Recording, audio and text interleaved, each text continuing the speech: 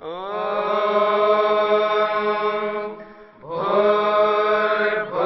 स्वः तत्सवितुर्वरेण्यं भर्गो देवस्य धीमहि धियो यो नः प्रचोदयात्।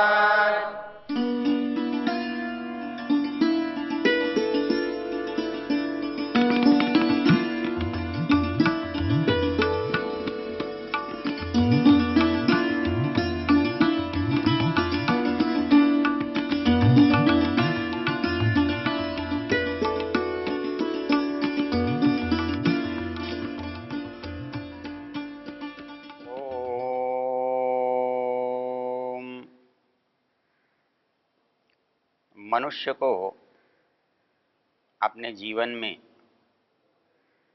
आने वाली जो बाधाएं हैं, वो कुछ बाधाएं तो प्रकृति के कारण होती हैं,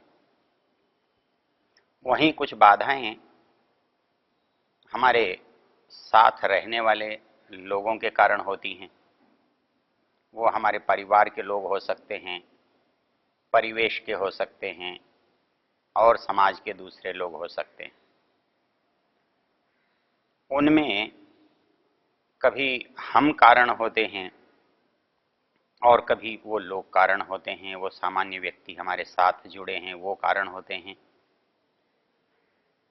तो यदि सभी लोग अपने अपने अंदर सुधार करते हैं, अपने अंदर अपने जो दुख के कष्ट के कारण हैं उनको मिटाते हैं, उसका मिटाने का यत्न करते हैं, तो दूसरे के अंदर जो विद्यमान कारण हैं वो अपने आप नियंत्रित होते हैं, समाप्त होते हैं। मनुष्य के अंदर जो अस्तित्व का भाव है उसे अहम कहते हैं, मैं कहते हैं। जो अस्तित्व का भाव है वो मेरी सत्ता को बताता है, मेरे होने को बताता है। सामान्य रूप से अहंकार हम एक दोष मानते हैं, एक बुराई है, एक दुर्गुण है, और ये मानते हैं कि इससे हमारा विनाश होता है। लेकिन अहंकार हर मनुष्य में है, क्योंकि वो प्रकृति का गुण है, वो प्रकृति के जो विकास के क्रम हैं उसमें उसका एक स्थान है। वो किसी चीज को अस्तित्व प्रदान करता है, किसी को सत्ता देता है, उसके होने की बात करता है। यदि कोई है, चाहे वो मनुष्य है, चाहे कोई प्राकृतिक पदार्थ है, कोई जड़ वस्तु है, कोई प्राणी है, कोई पशु है, जो है उसके अंदर सत्ता होगी। वो अपने अस्तित्व को बोलता हुआ होगा। मनुष्य वाणी से कहता है मैं, और वस्तु सत्ता स्वरूप से कहती है। किसी वस्तु के होने के लिए, उसका उस स्वरूप में रहने के लिए जो आवश्यक है वो है उसकी सत्ता, उसका अहम। ये अनिवार्य है, सबके पास है। अंतर वहीं आता है जब मेरी सत्ता किसी दूसरे के पास वाले की सत्ता का निरादर करती है, और निरादर और कुछ भी नहीं है। निरादर है दूसरे की सत्ता को स्वीकार न करना। माता पिता ने कहा बच्चों से तुम ऐसा करो, बच्चे वैसा कर लेते हैं, उनके आदेश का पालन करते हैं, उनकी सत्ता को स्वीकार करते हैं। और यदि हम ये कहते हैं कि नहीं, हम नहीं करेंगे या हम नहीं करते हैं, तो यह कुछ और नहीं है, ये केवल किसी के सत्ता को अस्वीकार करना है। अधिकार कुछ नहीं है, अधिकार सत्ता का प्रकटीकरण है। कोई सत्ता वाला है, वो अपनी सत्ता को प्रकाशित कर रहा है, उसका नाम अधिकार है। और अधिकार से सत्ता हमको प्रतीत होती है, प्रकाशित होती है। इसलिए जो भी सत्तावान है, जहां उसकी सत्ता है वहां उसका अधिकार होता है और वो अपने अधिकार को प्रकट करता है। मनुष्य बोलकर प्रकट करता है, व्यवहार से प्रकट करता है, वस्तु अपने स्वरूप को प्रकट करती है। एक कुर्सी है, एक मकान है, एक कोई खिलौना है, एक कोई पुस्तक है। इन सब का ये जो नाम है किसी विशेष परिस्थिति के कारण है। पुस्तक जब फट जाएगी, बिखर जाएगी तो वो पुस्तक नहीं होगी, वो पन्ना हो जाएगा, फटा हुआ कागज हो जाएगा, रद्दी हो जाएगी। कुर्सी टूट जाएगी, कबाड़ हो जाएगा, कचरा हो जाएगा, घर गिर जाएगा, खंडहर हो जाएगा। तो जो वस्तु जिस रूप में हमें दिखाई दे रही है उसका अस्तित्व, उसकी सत्ता उसके स्वरूप से प्रकाशित होती है।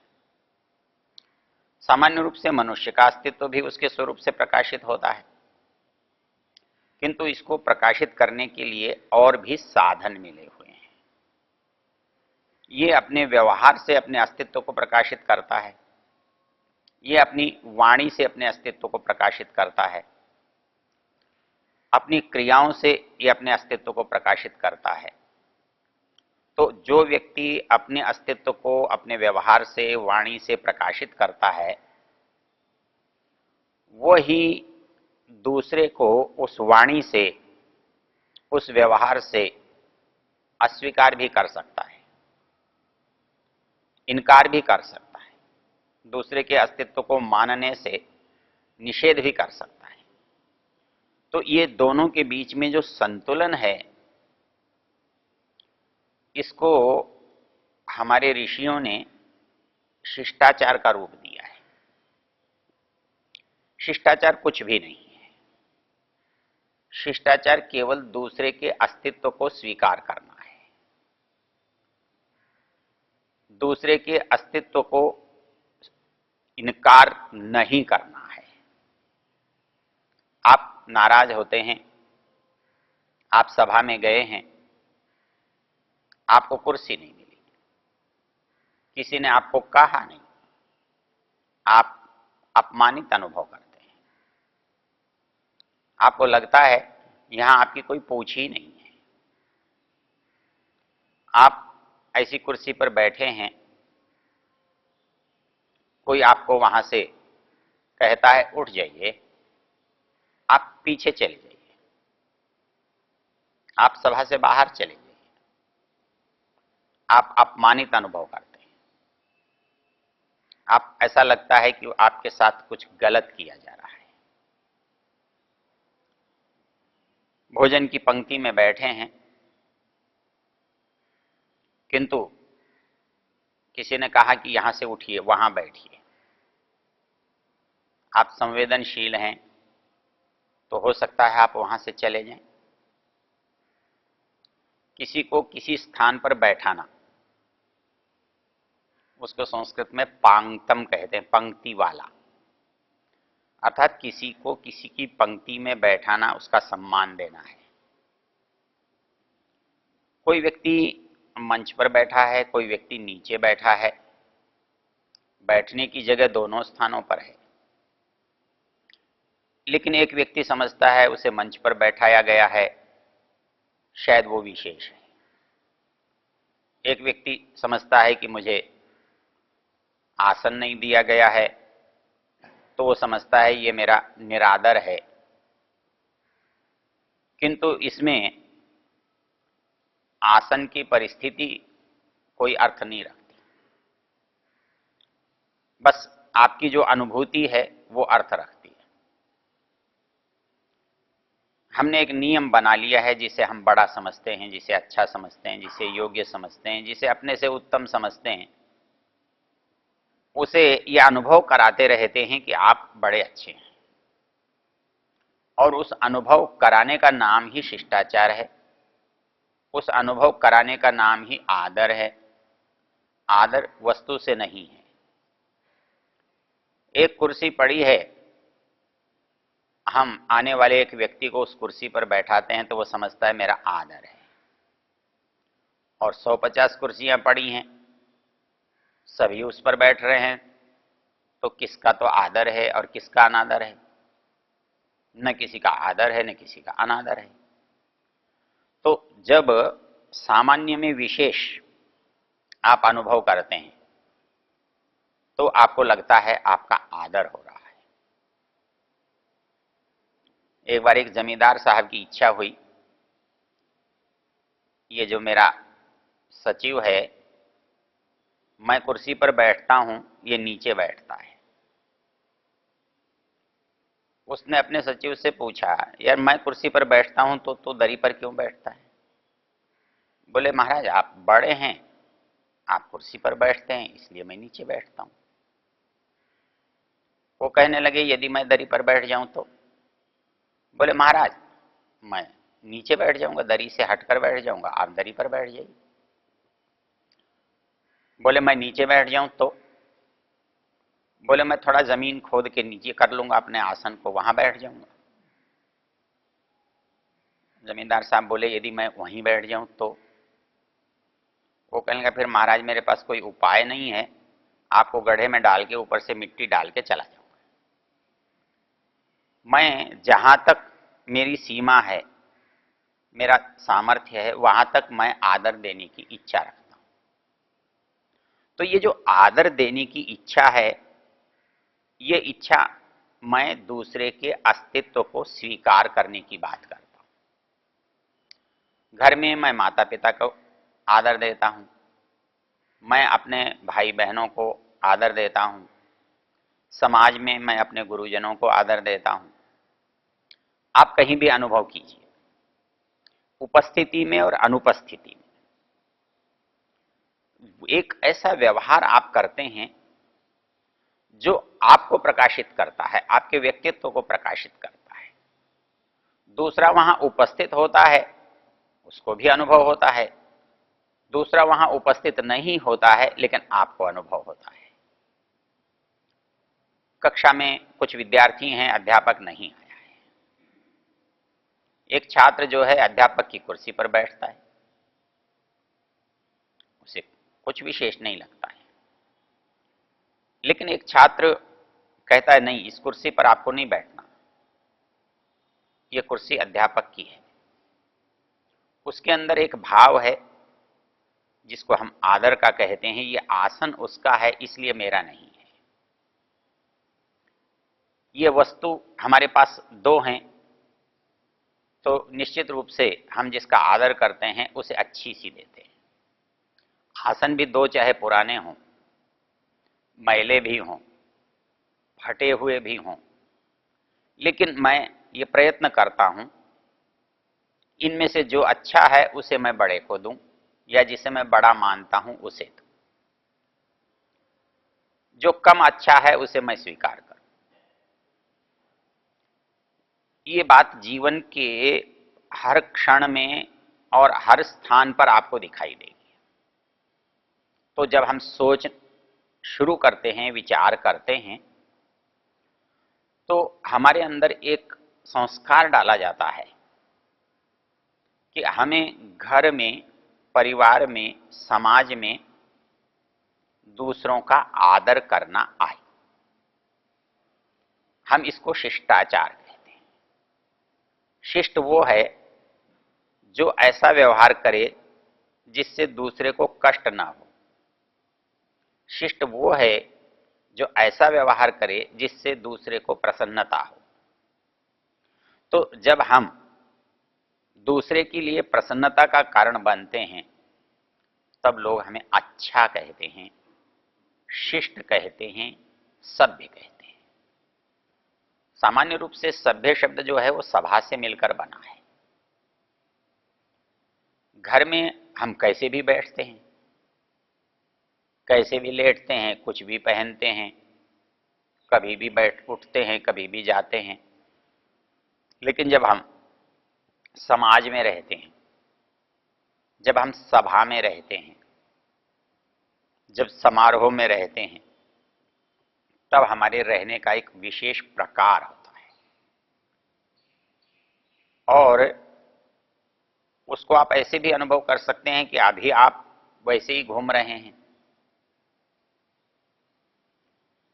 आपने कपड़े भी पूरे नहीं पहने हुए हैं, लेकिन थोड़ी देर में आप यज्ञ में उपस्थित होते हैं, सभा में उपस्थित होते हैं, तब आपका रूप बदला हुआ होता है। तब आप कपड़े भी अच्छे से पहन कर आते हैं,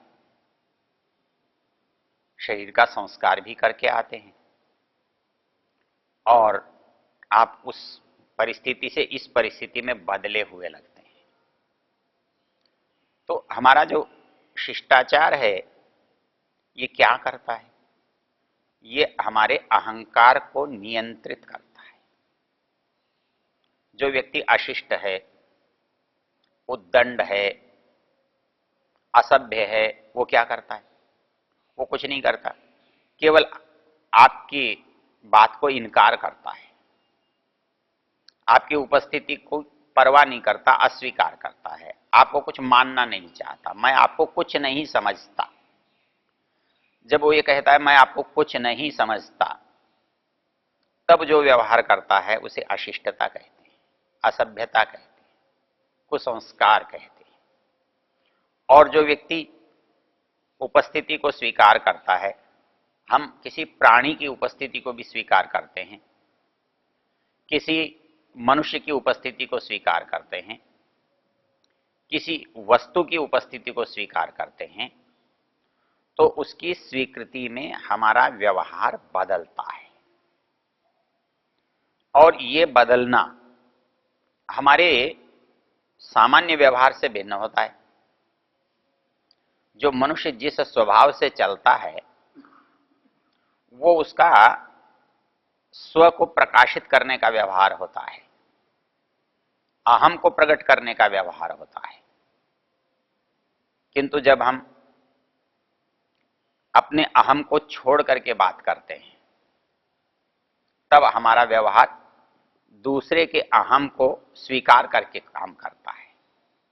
तो इसलिए जो भी व्यक्ति इस तरह से चलता है तो उसे हम सभ्य कहते हैं, सभा में बैठने योग्य।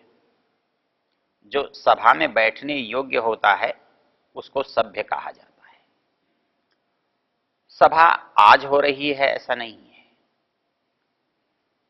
सभा जब भी कोई 2, 4, 6 लोग इकट्ठे होंगे तो वो सभा होगी। हमारे जीवन में 2 हिस्से हैं, औपचारिक और अनौपचारिक।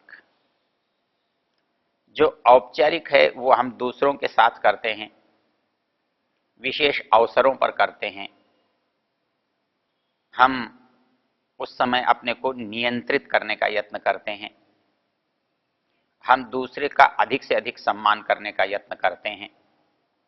इसलिए हमारे ऋषि लोग कहते हैं कि दूसरे के अस्तित्व को स्वीकार करना, दूसरे को मान्यता देना, यही सबसे बड़ा आदर है, यही शिष्टाचार है, यही सभ्यता है।